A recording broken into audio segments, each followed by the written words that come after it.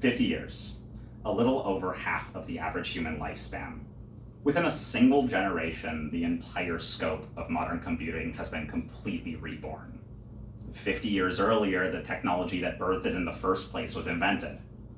It was only in 1975 that the first personal computer, the Altair 8800, was released to the public. And now we quite literally have wristwatches that are leagues more powerful than the Apollo 11 moon lander. It's very nice, impressive, incredibly impactful, and very far away. Does not have much to do with most of us. So why am I making it sound so cool? It's been pretty well known for the past few years that your phone or computer are marvels of technology from the future. They're advanced, they're needed for the advanced current age. They help us with so much of our day-to-day lives. I mean, that is how they sell it to us. As a student beginning in computer science and being a fairly average nerd, I've always been very present in online spaces and elbow deep in wires. And also, being a student, I've also been up to my neck in expenses. This is why it's always been so incredibly important to me to see that the shape that text takes as we move into the future doesn't finish the job. On September 17th, 1991, Linus Torvald released Linux to the public as his thesis in computer science. I am ignorant on the topic, but I view it as being one of the hallmarks in human history, at least as far as freedoms and internet goes. Years later, it's a sprawling network. It's an OS like Mac from Apple or Microsoft from Microsoft. The leading difference being that they have a bunch of inbuilt functionalities and they want all of my money. How much does Linux cost? Beyond that, how much does it cost to get it onto an even playing field with these billion-dollar tech conglomerates?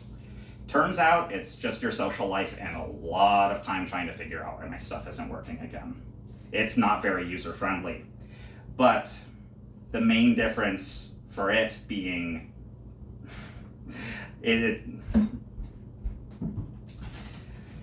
Linux is not a product. There is very little monetary incentive, and before you create or download programs for it, it does very little by itself.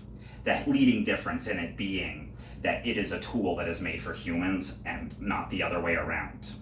I'm not going to say that we should hide in bunkers and start rationing food, but I'd at least like the respect of choosing who's going to make a quick buck off of me.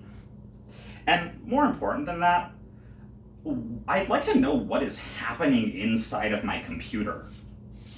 I find that the most endearing creations that humanity make are the marks that are left behind in something that people knew that they would be completely lost within.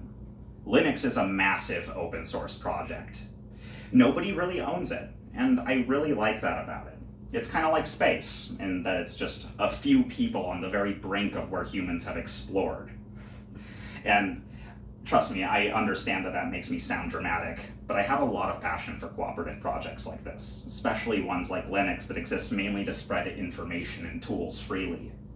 The best part of an open source project is that it has nothing to hide. It is made exactly what it is made for, and it is not used for revenue or for data collection. It is simply a project that is completely for view. So why is all of this so important to me in the first place? Now, I'll be honest when I say that I really don't think that we're anywhere close to the next robot uprising, but I'm seeing more and more I'm seeing more and more scams with very satisfying GUIs. It's nice to see things like Linux that are so transparent in how they operate. And that don't exclude anybody from participating in their development, since there is no internal hierarchy. Now, I probably sound like I hate money, and that's because I do. Whenever there is a profit incentive, everybody loses. The future of tech is rather uncertain in the hands of corporations. But as long as we have open source software like this, everybody has a bit of a say in what things might come to be.